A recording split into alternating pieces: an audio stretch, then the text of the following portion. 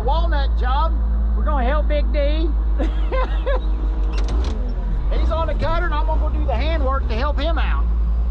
We got some freakishly large trees, which is the type of trees we like around here. But we got freakishly large trees and we got a bunch of walnut trees. And on a good sized walnut tree, it's harder for Brutus. It ain't impossible for Brutus, but it's harder for Brutus. And it's a little easier if you hand cut them in a lot of situations.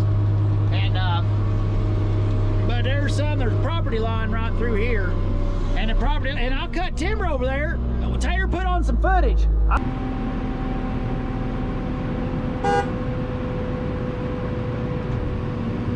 Ain't that something? Robin's a good skidder man now. It ain't your first time on one of them, is it? No, not really. Robin's a good skidder man. You see them little mistakes he don't make? It's called,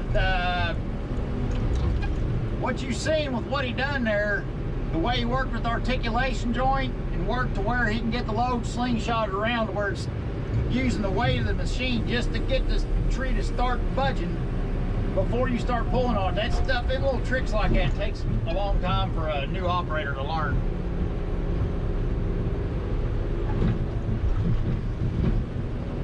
I know Junkie and Raji like their littler skidders, but my opinion is this is the best one you got.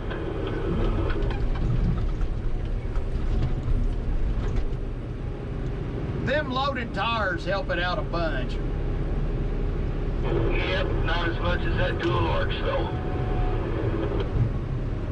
Yeah. Fair, but you gotta remember too, that's what I learned on with live rings, and those are all dual arches.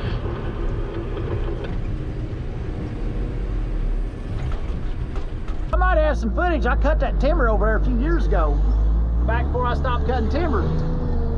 Look at these big sows down here, son of a buck. Ew. We're going down the hog lot, boys and gal. I should, boys and gal. There's one gal on my channel, I think. So boys and gal, we're going down there and cut the big old sows down here in the hog lot. Jeez, my knees. Man, we had some big ones. I remember logging it, freaking Hidden Acres over there, or not Hidden Acres, daggone it, Indian Mounds over there. I remember some big freaks. We'll park this thing on the hillside and get started down through there, getting some of these big freaks laid on the ground. We're worried about getting them out. Me and Big D, I was looking at Big D, I said, I bet that big cat pulling some bucks up out here. And he said, yeah, I'll bet it would too. That tiger cat's a mule.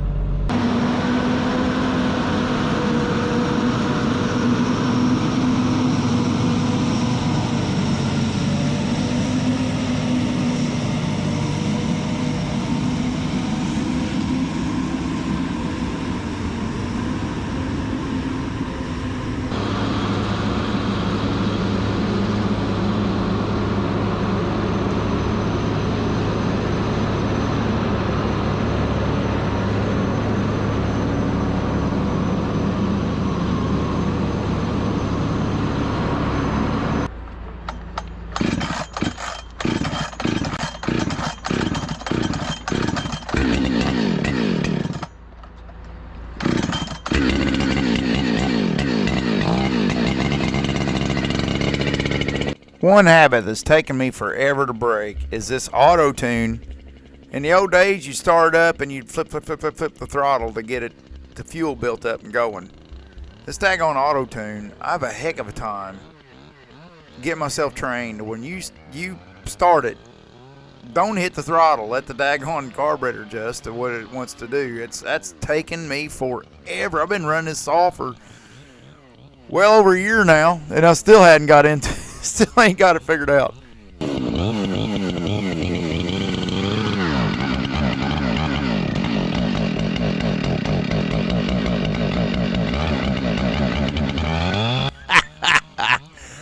Okay, let me break into this. Okay, this red oak is huge.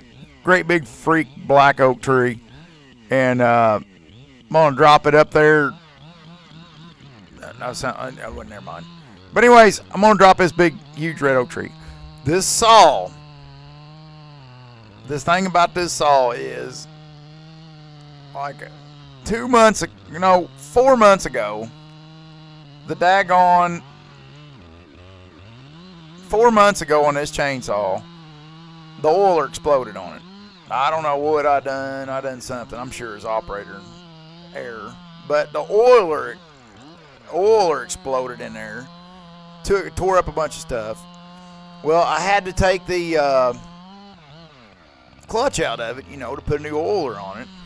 Well, in doing so, it turned into a chain of events. Of course, I don't know much about these auto tunes yet. I'm just now started wrenching on them and learning them. And I'm kind of a rough diesel mechanic or fabricator type of mentality. It's hard for me to get, chainsaw guys that work on chainsaws. They're meticulous, Well, I finally figured out, but I always learn the rough way. I usually destroy a saw before I get done learning a saw, and then I'll finally figure it out. But anyways, I'm in there, didn't have the new type of socket, which I made it the other day. A new type of socket to take the clutch off, because it don't have the little where you can use a normal socket on anymore, which I think's a mistake, but I don't know. Let's teach the Husky. They're smarter guys than me, knows that. But anyways, I take the spark plug out, and then these new Huskies got the same type of, they all got I think all the small saws, large saws, I think they fit steels and everything else. They got the same little tiny dinky spark plug. It's smaller than the old spark plugs that the 395s used to use. Well, the threads are smaller and all this stuff. Of course, the jug's aluminum. Well, I took the spark plug out to hold the daggone clutch so I can take everything, hold the piston so I can take clutch loose and all that stuff. And I go to put the spark plug back in, like a dummy, that tiny little dinky spark plug. I guess I pulled the threads. So I take it out on the last job, fire it up, poof, blow the spark plug out. Son of a buck, pull the threads. So I got a jug for this saw, put a jug on it, put it all back together, and I got to fumbling with this carburetor. I think I got a video of it. It might be showing this video next time or something, a video putting it together. But I put everything together on it. All went good and fine and dandy. But the carbonator, when I put it together, the dadgum, there's a little, the intake, not the intake manifold,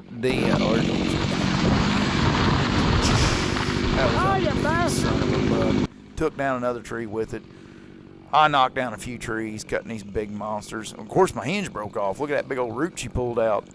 Red oak's hard to pull hard when they're that big, because the top weight's so heavy, it just pulls the stump up out of the ground when you're trying to guide it with a hard side lean. I was trying to get it up higher up on the hill so I'd miss that tree that I hit with it. Of course, landowner's sitting there watching. That makes me feel great. Him watching me destroy his woods.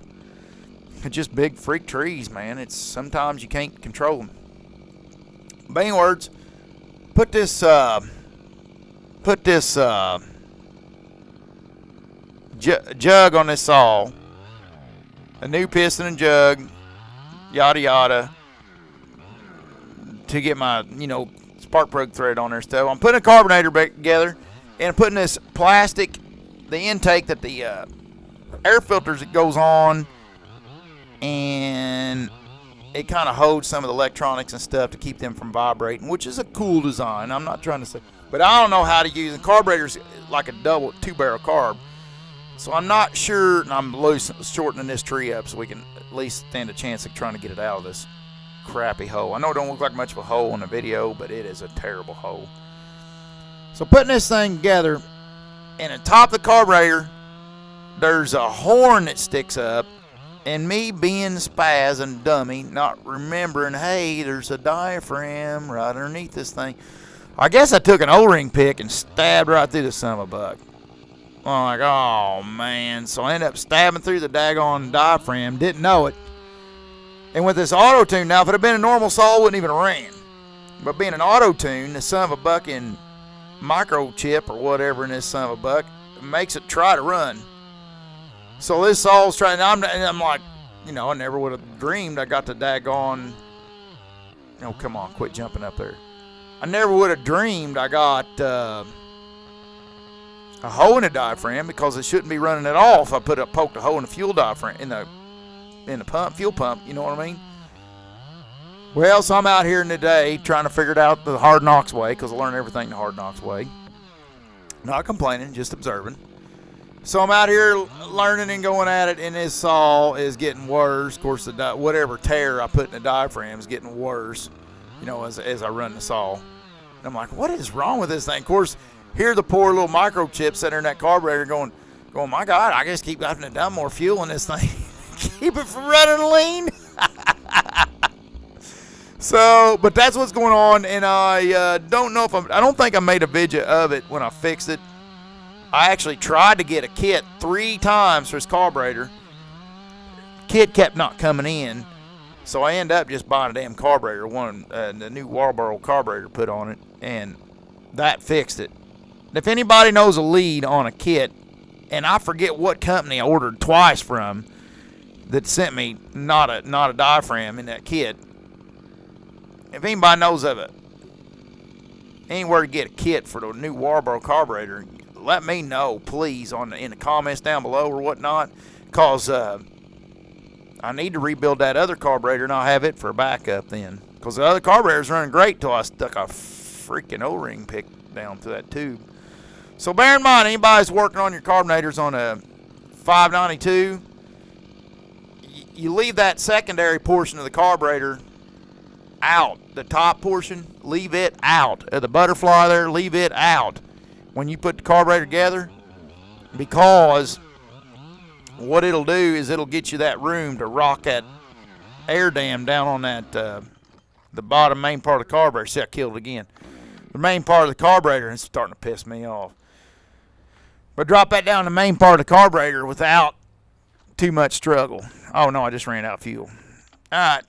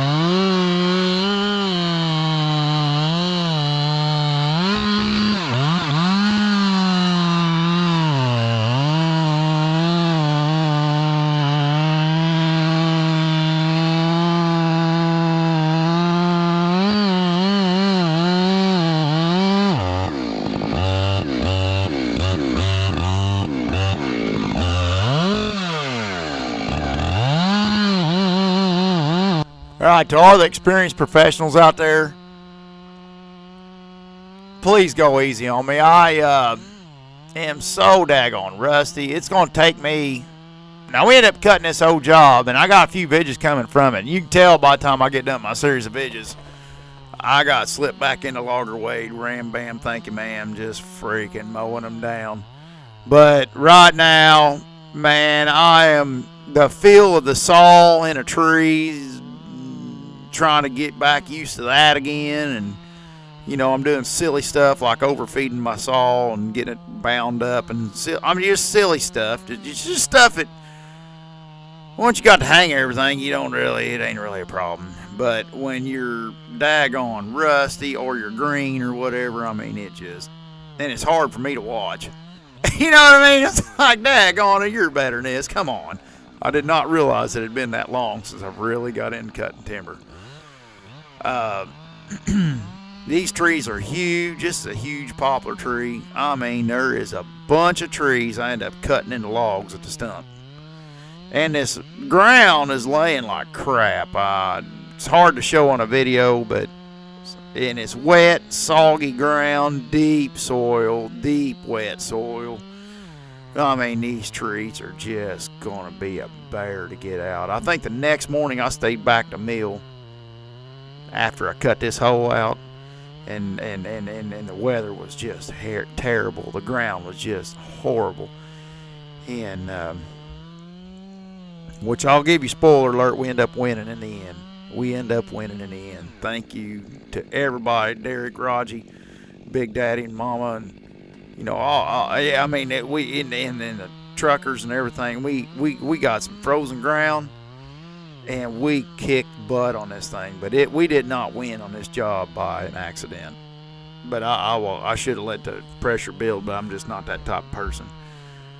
But going into it, man, this panic's a bit. I got a bit panic in me and stuff trying to get this wood on the ground so we can get this. So next morning, Derek and Roger and Big Daddy, 2 skidders and a bulldozer, goes down there to pull all these trees out I'm cutting right now to kind of clean her act up, because the weather is we don't know if we're going to get a freeze or not. But one thing's for sure, we're either going to have to get a freeze or pull out, because we don't even know how we're going to truck this stuff out of here at this point, because right now even the truck roads are unpassable, you know.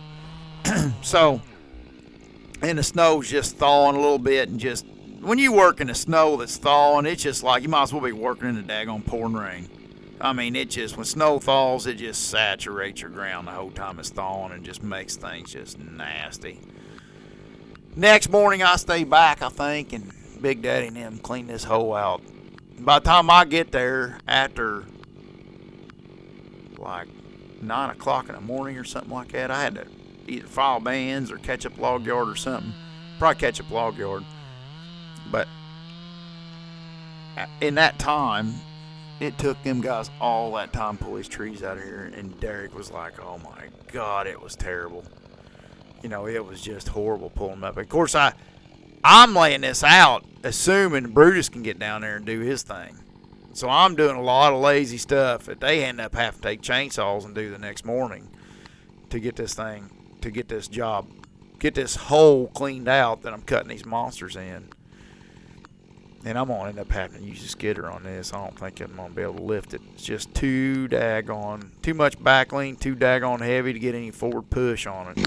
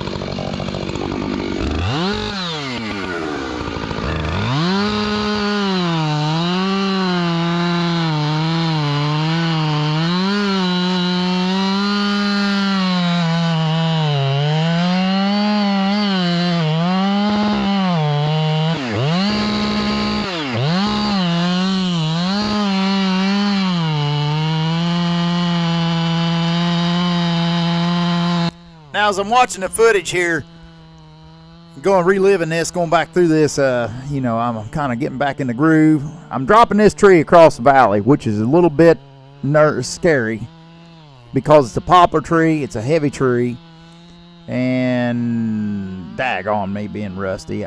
If you're any West Coaster watching, I should have put a Humboldt in this son of a buck and threw this tree off the stump. I'm taking a big chance doing a conventional notch on this poplar tree, as heavy as it is, crossing that valley and dumping it on the butt of that other tree. I'm taking a big chance of busting this thing. But I think what I end up doing is using that tree that's been over that, whatever it is, that's been over down there, I don't know from this footage, but to soften the blow, slow the momentum down as it falls. But punch the center out and get all my wood cut and all that stuff. But like I said, this by the time I get done recording this, showing you all the footage I got from this job, towards the end I really get to get on par with the daggone Humboldts and chucking them and throwing them and working out real good for this, dropping a great big heavy poplar across the valley. That's a scary situation, especially one this freaking heavy. That's a lot of mass, and that's a lot of weight, and that's a lot of energy hitting the ground, and your fibers are poplar fibers. So I mean, you're talking about softer fibers, having to put up with that,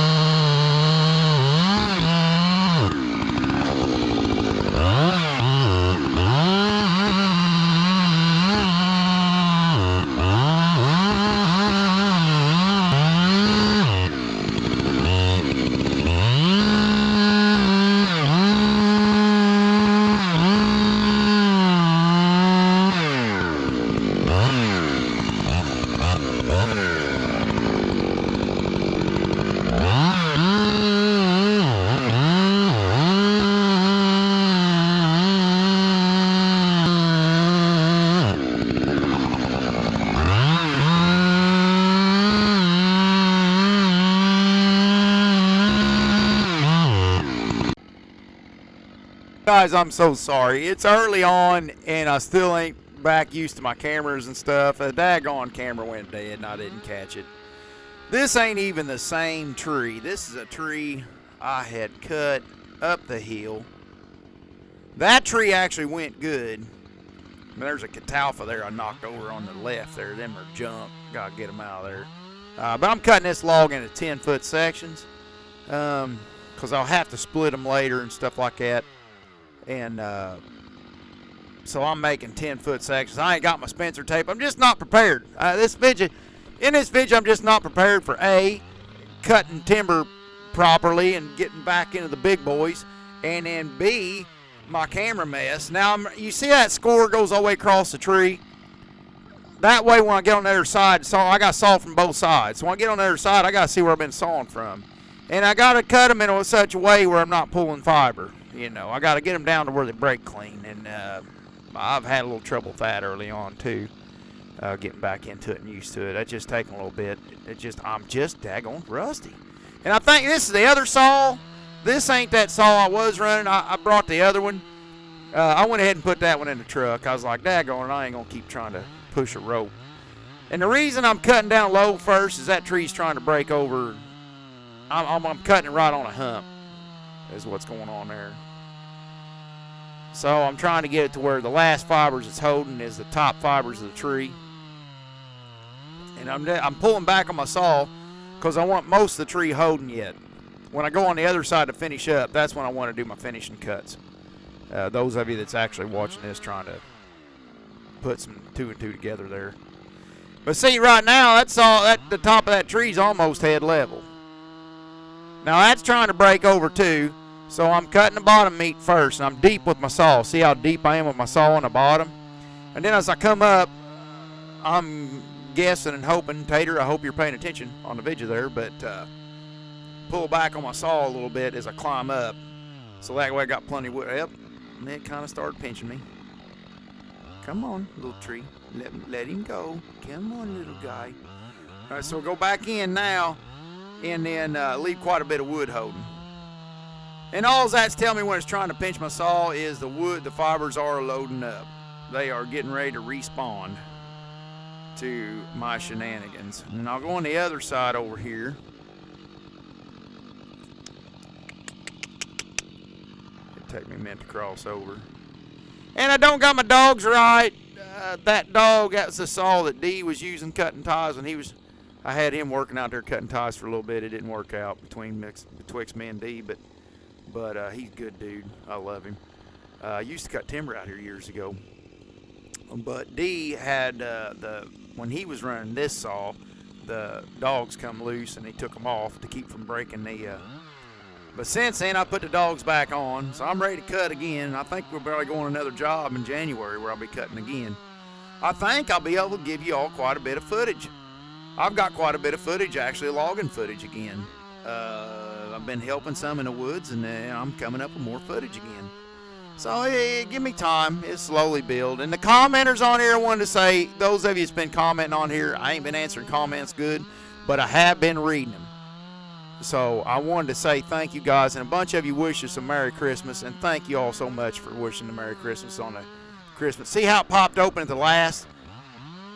You know, I might have had a little meat holding down below, but what I'm trying to do is keep from pulling fibers, because this tree is a real good tree. It's going to be face lumber all the way in.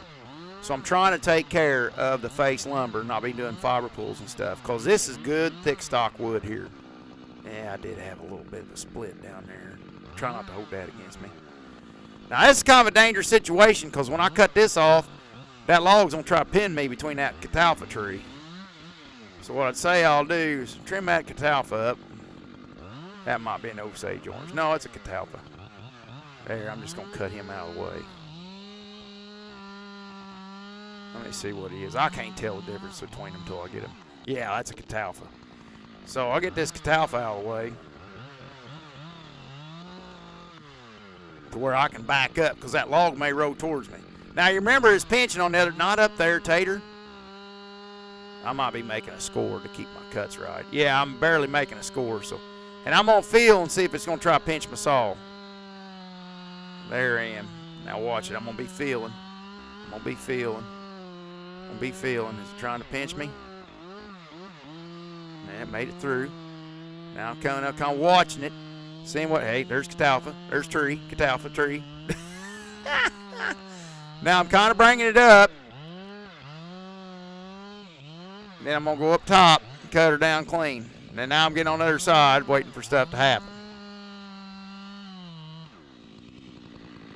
Now catalpa's gonna become my savior. See there? Rolled over where I was standing.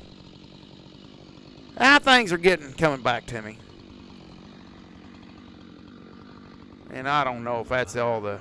I cut a sycamore down there too. That was a big old sycamore butt, and I actually split him later. Remember that sycamore, guys? When I go to doing my splitting videos later, I don't know if I covered or not, but that sycamore was a turd to split. These are some big freaking rascals, I'm telling you. Whew, big old rascals. Yep, need to figure out where I'm going to next. Just wanted to thank everybody for watching. Thank you for everything you all do for us as far as support and all that stuff. Don't think it fall on deaf ears.